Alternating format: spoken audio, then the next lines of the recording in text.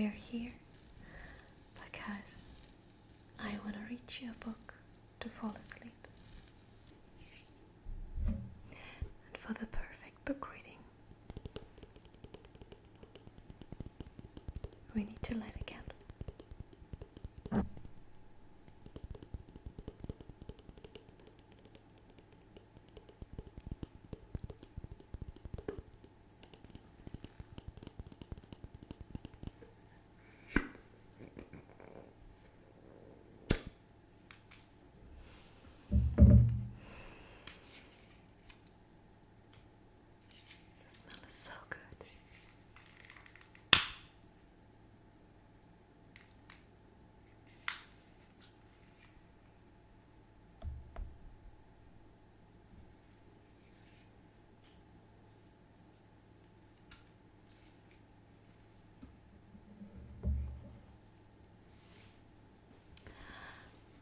I actually have two books that I'm thinking of reading.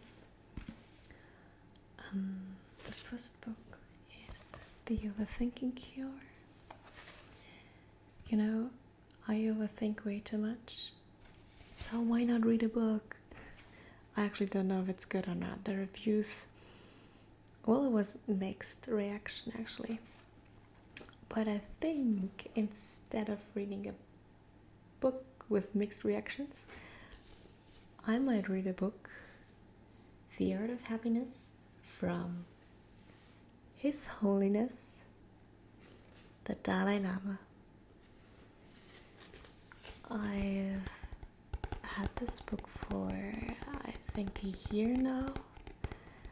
This is if there is a toxic trait that I would claim. That I would be like this, going to the bookstore, buying myself tons of books and end up not reading them because don't have time for this. But since last year October, actually that changed, because I took time to read a book. I had more time to read a book, so in defense. But I want to keep up with this, like at least read one book a month or 2 months. Okay, so I haven't read this book before, so it's a fresh start. The Art of Happiness, a handbook for living. That sounds promising. And I should do something about the candle, because the candle and the book, this can't be on the same side. Yeah, I can read it on this side. His Holiness the Dalai Lama is the spiritual leader of the Tibetan people. Oh God, please forgive me if I mispronounce something. He has resided in Dharamshala, India, since 1959, when Chinese forces invaded Tibet.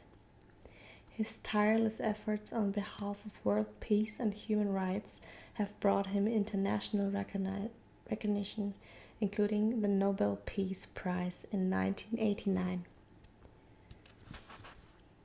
Dr. Howard C. Cutler runs a psychiatric practice in Phoenix, Arizona. He first met the Dalai Lama in 1982 while visiting India on a research grant to study Tibetan medicine. It feels like it got wet. Dedicated to the reader, may you find happiness. I claim that. I'm on my good way.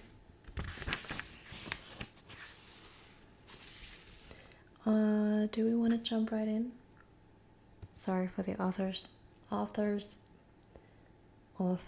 note. Sounds like Arthur, King Arthur. The author. Freak. I am the freak, not he, clearly. Chapter 1. The Right to Happiness. I believe that the very purpose of our life is to seek happiness. That is clear. whether one believes in religion or not, whether one believes in this religion or that religion, we all are seeking something better in life. So I think the very emotion of our life is towards happiness. With those words spoken before a large audience in Arizona, the Dalai Lama cut to the heart of his message. But his claim that the purpose of life was happiness raised a question in my mind. Later, when we were alone, I asked, "Are you happy?" "Yes," he said. He paused, then added, "Yes, definitely." There was a quiet sincerity in his voice that left no doubt, a sincerity that was reflected in his expression and in his eyes. "But is happiness a reasonable goal for most of us?" I asked. "Is it really possible?"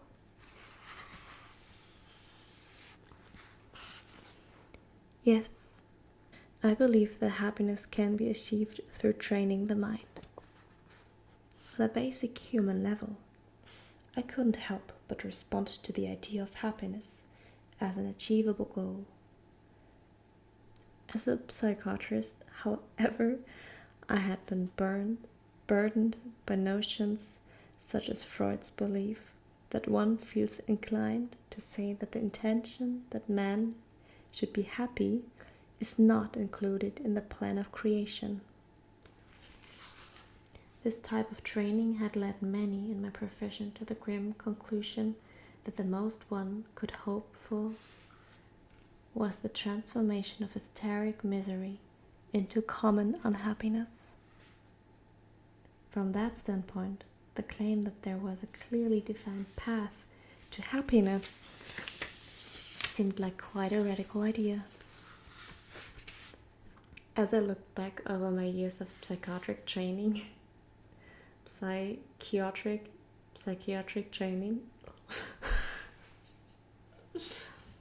As I look back over my years of psychiatric training, I could rarely recall having heard the word happiness even mentioned as a therapeutic objective. Of course, there was plenty of talk about relieving the patient's symptoms of depression or anxiety, of resolving internal conflicts or relationship problems, but never with the expressly stated goal of becoming happy. The concept of achieving true happiness has, in the West, always seemed ill-defined, elusive, ungraspable. Even the word happy is derived from the Icelandic word hap, meaning luck or chance. Most of us, it seems, share this view of the mysterious nature of happiness. In those moments of joy that life brings, happiness feels like something that comes out of the blue. To my Western mind, it didn't seem the sort of thing that one could develop and sustain simply by training the mind. When I was raised, that objection the Dalai Lama was quick to explain when I say training the mind. In this context, I'm not referring to mind merely as one's cognitive ability or intellect. Rather, I'm using the term in the sense of the Tibetan word sem, which has a much broader meaning, closer to psyche or spirit. It includes intellect and feeling, heart and mind. By bringing about a certain inner discipline, we can undergo a transformation of our attitude, our entire outlook and approach to living. When we speak of this inner discipline, it can of course involve many things, many methods. But generally speaking, one begins by identifying those factors which lead to happiness and those factors which lead to suffering. Having done this, one then sets about gradually eliminating those factors which lead to suffering and cultivating those which lead to happiness. That is the way. The Dalai Lama claims to have found some measure of personal happiness, And throughout the week he spent in Arizona, I often witnessed how the personal happiness can manifest as a simple willingness to reach out to others, to create a feeling of affinity and goodwill, even in the briefest of encounters. One morning after his public lecture, the Dalai Lama was walking along on the way back to his hotel room, surrounded by his usual retinue. Noticing one of the hotel housekeeping staff standing by the elevators, he paused to ask her, "Where are you from?" For a moment, she appeared taken aback by this foreign-looking man in the maroon robes, and seemed puzzled by the difference on the entourage. Then she smiled and answered shyly, "Mexico." He paused briefly to chat with her for a few moments and then walked on, leaving her with a look of excitement and pleasure on her face. The next morning at the same time she appeared at the same spot with another of the housekeeping staff, and the two of them greeted him warmly as he got into the elevator. The interaction was brief, but the two of them appeared flushed with happiness as they returned to work. Every day after that, they were joined by a few more of the housekeeping staff at the designated time and place, until by the end of the week there were dozens of maids in their crisp grey and white uniforms, forming a receiving line that stretched along the length of the path that led to the elevators. Our days are numbered. At this very moment, many thousands are born into the world, some destined to live only a few days or weeks, and then tragically succumb to illness or other misfortune. Others are destined to push through to the century mark, perhaps even a bit beyond, and savor every taste life has to offer. Triumph, despair, joy, hatred, and love. We never know. But whether we live a day or a century, a central question always remains. What is the purpose of our life? What makes our life meaningful? The purpose of our existence is to seek happiness. It seems like common sense, and Western thinkers from Aristotle to William James have agreed with this idea. But isn't a life based on seeking personal happiness by nature self-centered, even self-indulgent? Not necessarily. In fact, survey after survey has shown that it is unhappy people who tend to be most self-focused and are often socially withdrawn, brooding, and even antagonistic. Happy people, in contrast, are generally found to be more sociable, flexible, and creative, and are able to tolerate life's daily frustrations more easily than unhappy people.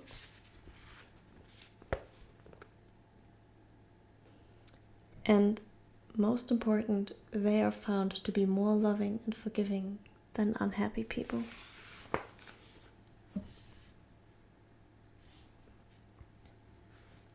Researchers have devised some interesting experiments demonstrating that happy people exhibit a certain quality of openness, a willingness to reach out and help others. They managed, for instance, to induce a happy mood in a test subject by arranging to have a person unexpectedly find money in a phone booth. Posing as a stranger, one of the experimenters then walked by and accidentally dropped a load of papers. The investigators wanted to see whether the subject would stop to help the stranger. In another scenario, the subject's spirits were lifted by listening to a comedy album. Then they were approached by someone in need, also in cahoots with the experimenter, wanting to borrow money. The investigators discovered that the subjects who were feeling happy were more likely to help someone or to lend money than another control group of individuals who were presented with the same opportunity to help, but whose mood had not been boosted ahead of time.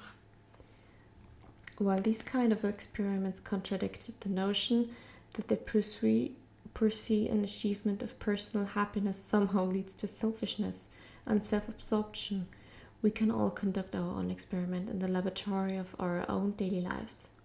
Suppose, for an instance, we're stuck in traffic. After 20 minutes, it finally begins moving again at around parade speed. We see someone in another car signaling that she wants to pull into our lane ahead of us. If we're in a good mood, we are more likely to slow down and wave her on ahead. If we're feeling miserable, our response may be simply to speed up and close the gap. Well, I've been stuck here waiting all this time. Why shouldn't they? We begin then with the basic premise that the purpose of our life is to seek happiness. It is a vision of happiness as a real objective, one that we can take positive steps towards achieving. And as we begin to identify the factors that lead to a happier life, we will learn how to search for happiness. Offers benefits not only for the individual, but for the individual's family and for society at large as well. Chapter 2 would be the source of happiness, but we're not going to read this today. I hope you were able to relax. I hope you found that quite interesting. Let me know if you want me to continue. And tell me if this kind of soft speaking voice is fine enough for those videos. And maybe we can also read this, the overthinking cure. If you want to know, let me know. Okay. Good night. Sleep well.